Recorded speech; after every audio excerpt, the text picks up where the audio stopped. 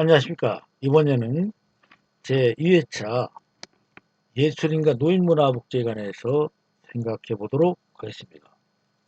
자, 예술인 또 노숙인문화복지 조금 무거운 것이죠. 자, 오늘 그 공부할 순서는요. 예술인 문화복지로부터 노인복지까지고요. 자, 예술인 문화복지에 관해서 먼저 설명을 드리도록 하겠습니다. 자, 제가 왜 문화복지라는 것을 우리 한국에서 실제적으로 갖고 와서 이를 실행하려고 했느냐 하는 것들이 이제 여기에도 설명이 좀 들어갈 수가 있는데요. 자, 여러분 좋은 영화 한 편을 보고요. 극장을 나섰다고 여러분 가정해 봅시다. 그 거리의 풍경이 여러분들이 극장에 들어가기 전과 나올 때 풍경이 달라진 것을 느낀 적이 있었죠. 자, 한 곡의 음악을 듣고 세상의 색깔이 변한 적도 있을 것입니다. 정말 기분이 찜찜하고 우울하고요. 막 미치고 싶을 때가 있죠. 그런데 하나의 음악을 들음으로 해서 내 마음에 서는 감흥이 일어난다거나 내 생활에 어떤 힘을 쏟게 하는 그런 것도 있잖아요. 자, 저는 미술에는 좀 문외 한해이고 잘 모르지만 미술관에서요. 그림 한 점에 끌려서 수십 분간을 바라본 적도 있습니다. 이것은 감흥은 기묘를 남기죠. 자, 베토벤의 교향곡을 들은 청중이 한호할 때 그리고 또 연주자를 다시 불러내는 장면들을 이렇게 여러분 한번 생각해 보세요. 자, 우리는 왜 그분들을 할까요? 영혼을 불러낸 영혼을 갖다가 올린 그 연주자더라고요. 그 영혼을 처음 더 느끼고 싶은 거죠. 그래서 우리는 한참 동안 박수 치고 배우들을 부르고 다시 부르는 겁니다.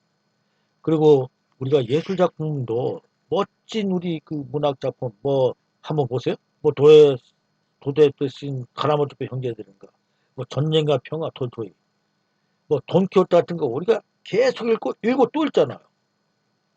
우리는 이렇게 문화와 예술 쪽에서 우리가 충분히 살 수가 있는 것입니다.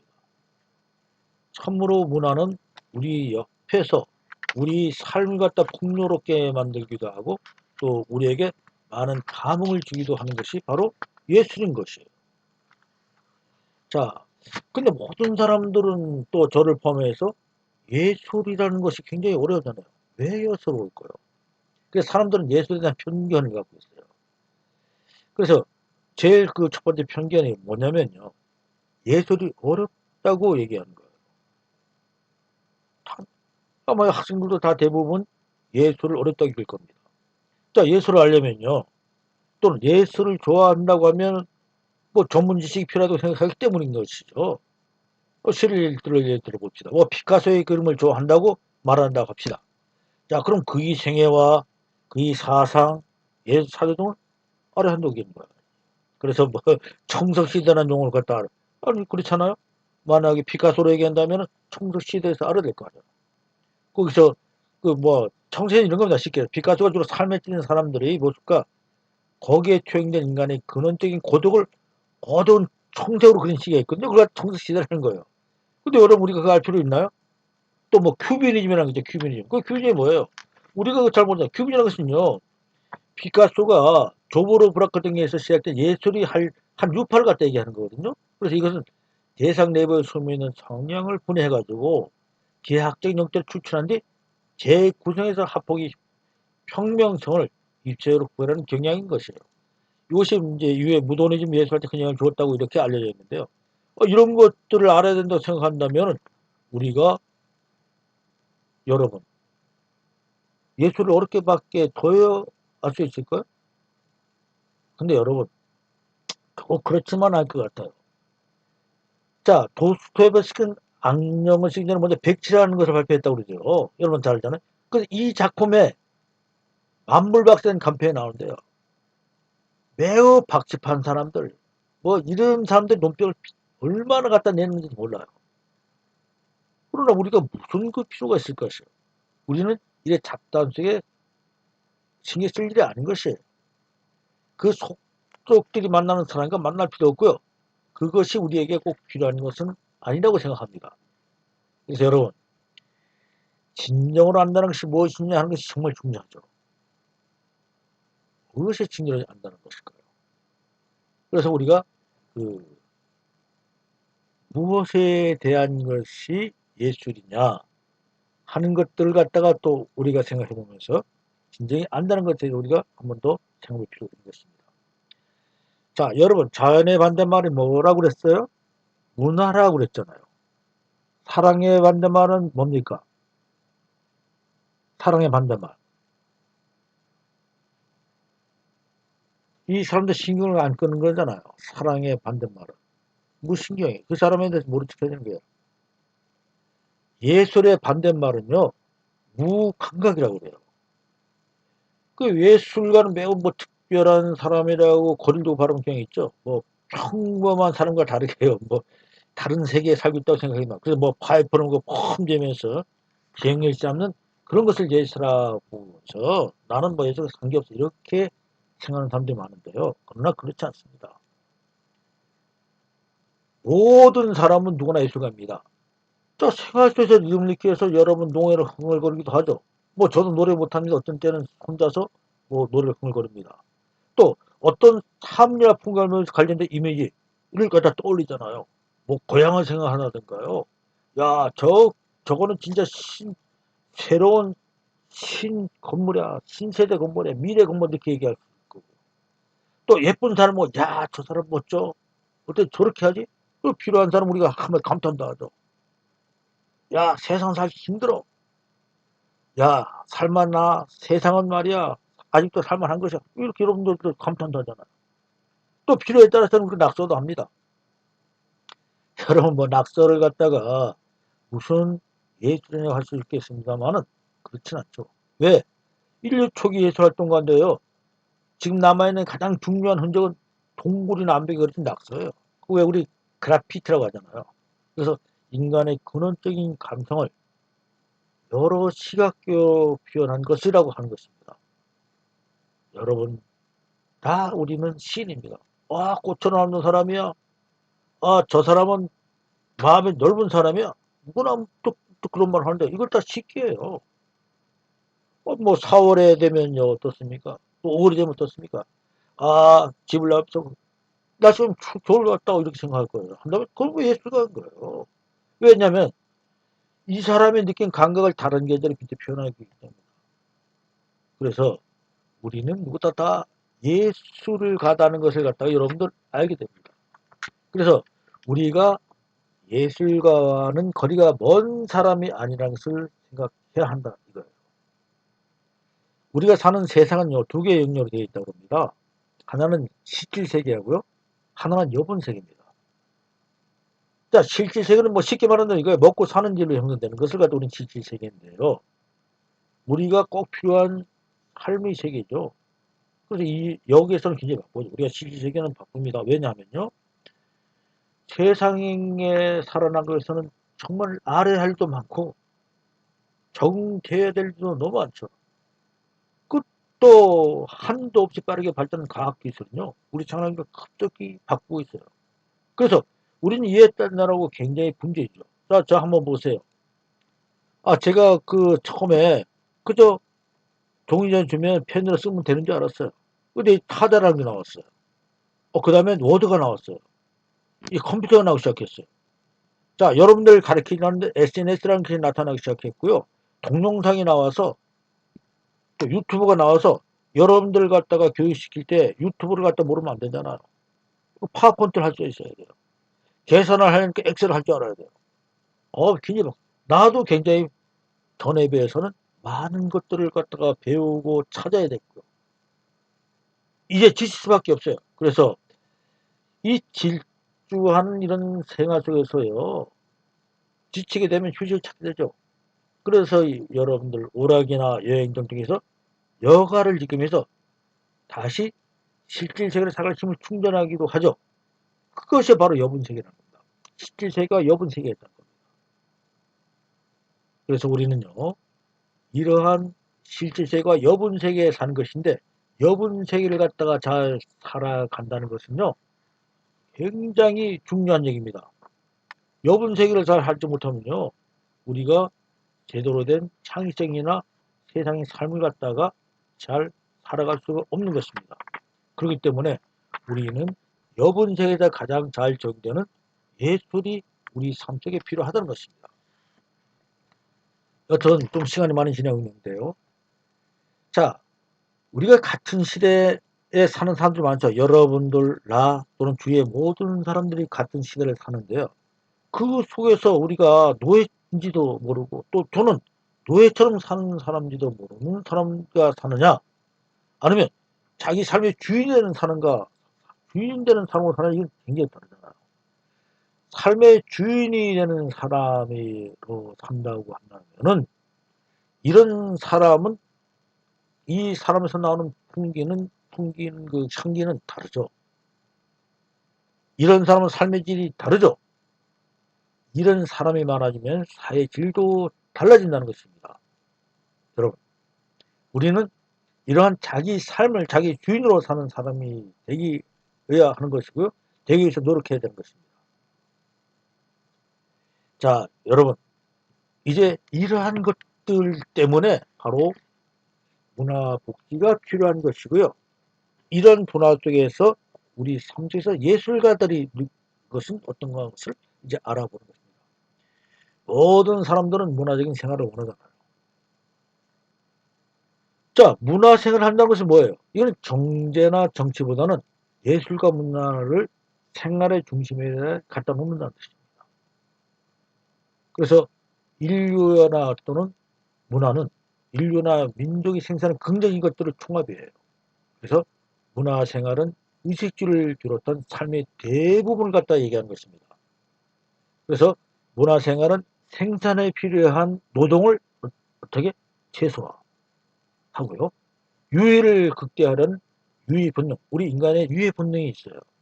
이 유해 본능을 발현시켜서 효율적으로 노동을 하기 위한 준비자 토대를 만드는 것입니다. 그래서 이러한 바로 유의적인 유해를 극대화하는 유해 본능을 발현시키는 것을 갖다가 이제는 여가 활동이라고 얘기하는 것이고요. 이것을 이제는 개인의 것으로 봐서는 안 된다는 것입니다. 그럼 어떻게 하느냐? 국가나 사회가 책임져야 할 영역으로 보는 것이에요. 개인도 책임지지만 국가나 사회가 이 중요한 문제를 책임져야 할 영역이라는 것이요. 이래서 문화복지가 태어난 것입니다. 이것이 문화복지가 생겨난 이유가 되는 것입니다. 이제 여유가 있도록, 다시 말해서 여가활동이 문화생활이 국가나 사회가 책임지도록 하는 것들이 바로 문화복지가 생겨난 이유라는 것입니다. 그래서 문화복지를 통해서요, 문화복지를 통해서 인간의 삶을 보다 행복하게 만들고요, 창의적으로 만들고 가치 있도록 하려는 정치자 원리입니다. 또 행정에서 이데올로기인 것입니다. 자, 일반적으로 복지는 삶의 질을 높이는 상태를 의미하는데요. 모든 국가는 복지 국가를, 모든 사회는 복지 사회를 지향하죠. 그래서 복지란 잘 사는 것, 나가서 행복하게 사는 것, 더 나가서 가치 있고 의미 있게 사는 것을 뜻하는 것입니다. 그래서 참사리와 우리가 같이 의미 상통한 것을 볼 수 있죠. 자, 대다수 인간은 문화생활을 누리고요. 또 문화복지가 실현하는 사회고 문화사회인 것입니다. 자, 문화복지는 복지국가와 복지사회는 이 엄연히 이제 다릅니다. 이것은 제가 여러분들에게 이제 곧 아주 세부적으로 설명드릴 시간이 있을 거예요. 이것이 잘 구분되어야 되고요. 문화복지는 문화 복지사회에서만 이루어질 수 있는 겁니다. 그래서 여러분들하고 이것에 대해서는 별도로 이야기할 기간을 가질 것입니다. 자, 그럼 예술가들이 문화복지를 보도록 하겠습니다. 자, 예술가는 노동자인가 생산자인가 창조주인가? 여러분 이 중에서 예술가는 어떤 겁니까? 노동자예요? 생산자예요? 창조자예요? 예술가는요, 이 세 가지를 다 포함하는 사람입니다. 자, 이 자본주의 시대 예술은요, 시장의 상품으로 존재하는 경우가 많죠. 여러분, 이건희 씨 아시죠? 돌아가서 삼성 이건희 회장이 돌아가셨잖아요. 이분이 넘긴 뭐 재산이 국가에 반납을 하는데 수십조 원인데요. 이분이 국가에 헌납하는 대부분이 것이 뭘로 됐어요? 예술품이에요. 예술품의 대부분이 여러분들이 돈으로 환산돼서요. 이것이 상품의 성격으로 해서 국가에 납입되는 겁니다. 그런데 여러분은 대다수의 예술가들은요, 필연적으로 시장에 실패한다고 그래요. 왜요?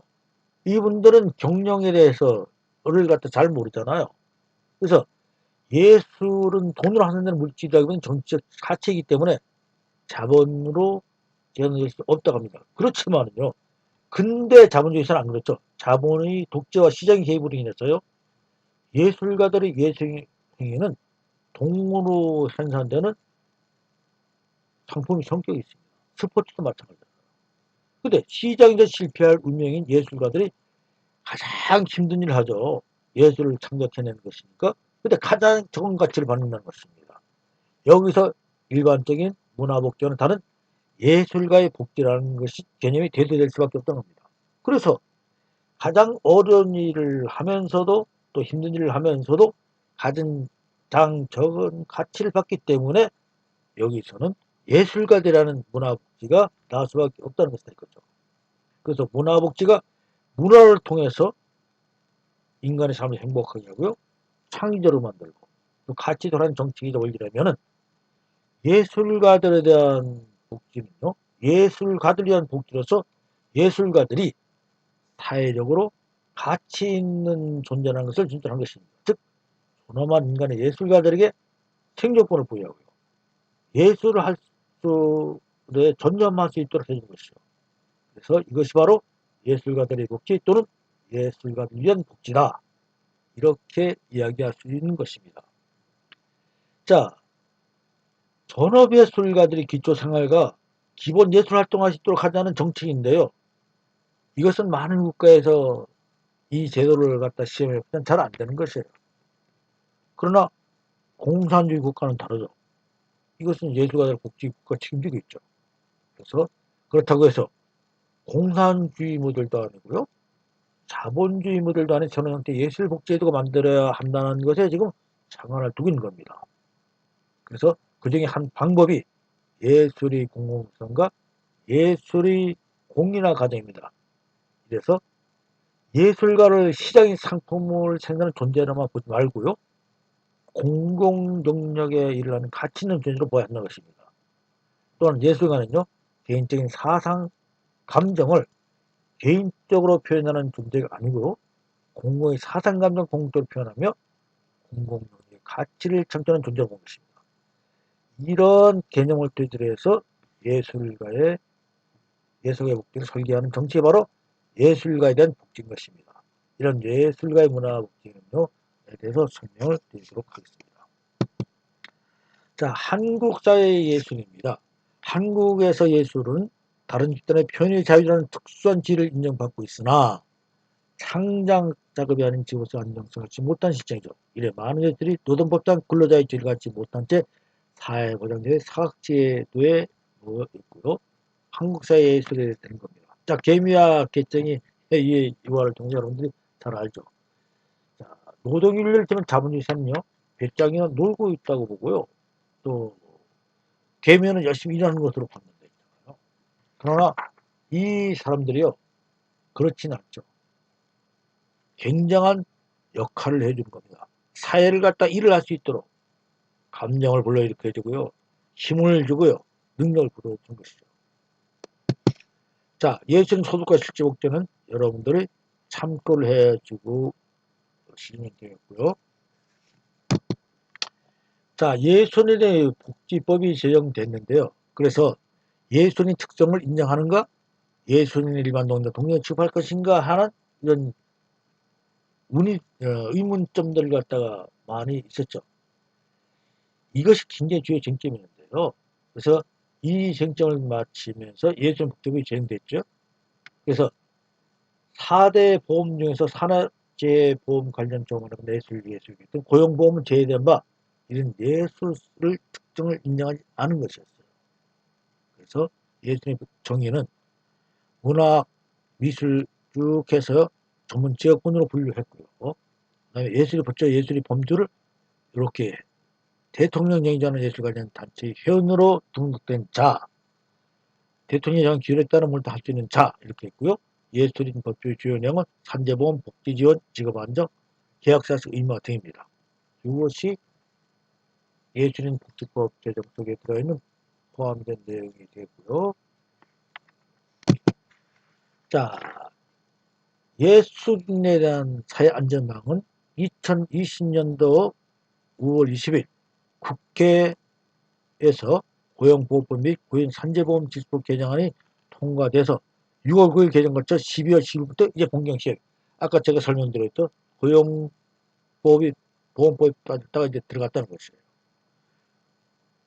자, 그래도 프랑스 예술인 복지회관은 에르미땅 실업수당에서 1936년도에 영화인을 위한 도입 이래 문화예술 영역이 전반적으로 확대되어서 우리보다 굉장히 많은 혜택을 갖다 프랑스 같은 경우는 보고 있다는 것입니다.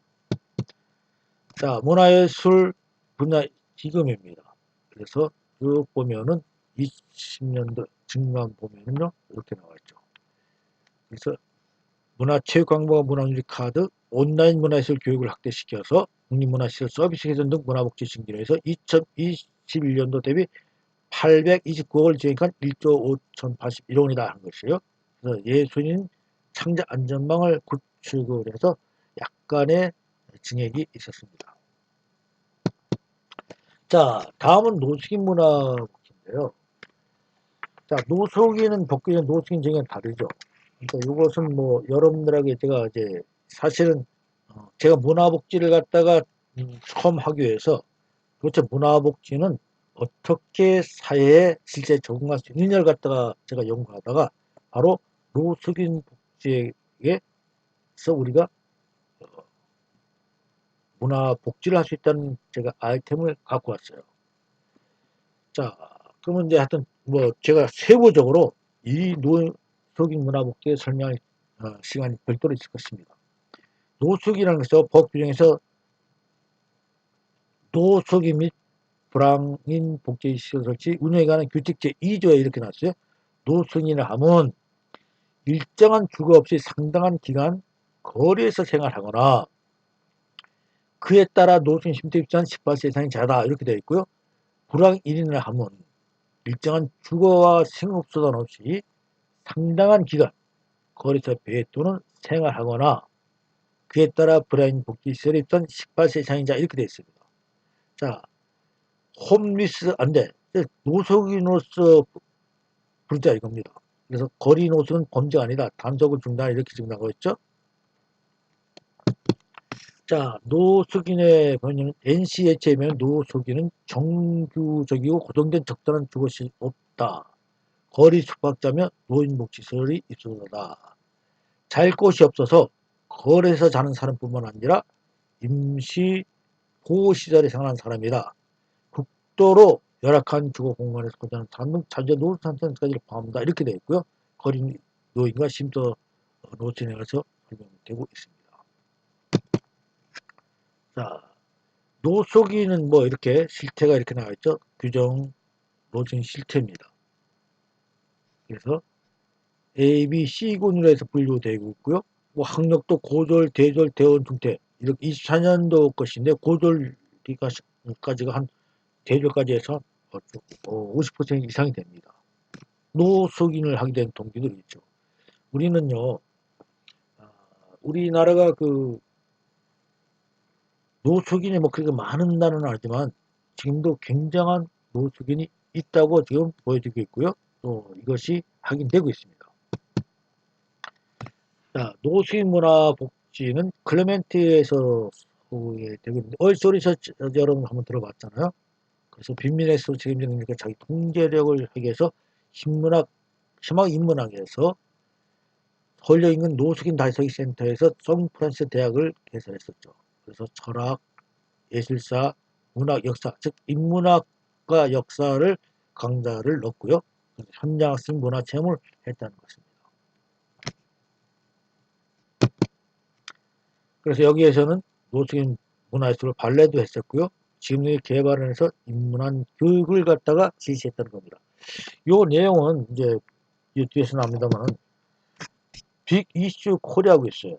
여기에 대해서 바로 이것을 통해서 노숙인들을 갖다가 정상인으로 끌어들이는 역할을 하는 것입니다.